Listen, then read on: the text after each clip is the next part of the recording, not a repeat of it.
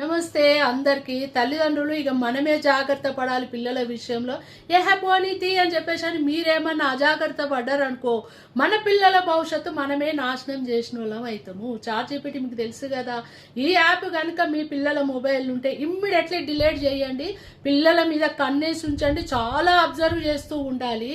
ఈ ChatGPT వాళ్ళు ఈ డిసెంబర్ నుండి ఒక కొత్త కంటెంట్ తెస్తున్నారు.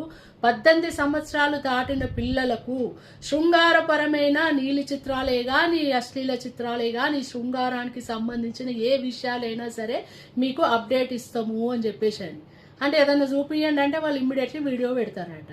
ఇది ఎంతవరకు కరెక్టు? పిల్లలు చేతికి వస్తారా? ఇక 24 గంటలు ఇక పిల్లలకు ఎప్పుడు ఏ టైంలో ఎప్పుడు బుద్ధి పుడితే అది ఓపెన్ చేసుకుంటారు, అడుక్కుంటారు, చూస్తారు. కానీ వాళ్ళు చదువు మీద కాన్సన్ట్రేషన్ పెడతారా? తల్లిదండ్రులు మనమే జాగ్రత్తగా ఉండాలి. లేకపోతే పిల్లల భవిష్యత్తు ఇంకా నాశనం అవుతుంది. చూడండి ఇంకా ఎన్ని అనర్థాలు జరుగుతాయో. ఇక హద్దు బద్దే ఉండదు. ఇక ఈ రేపులకు కూడా ఇక హద్దు ఉండదేమో ఇక నేను అనుకుంటా.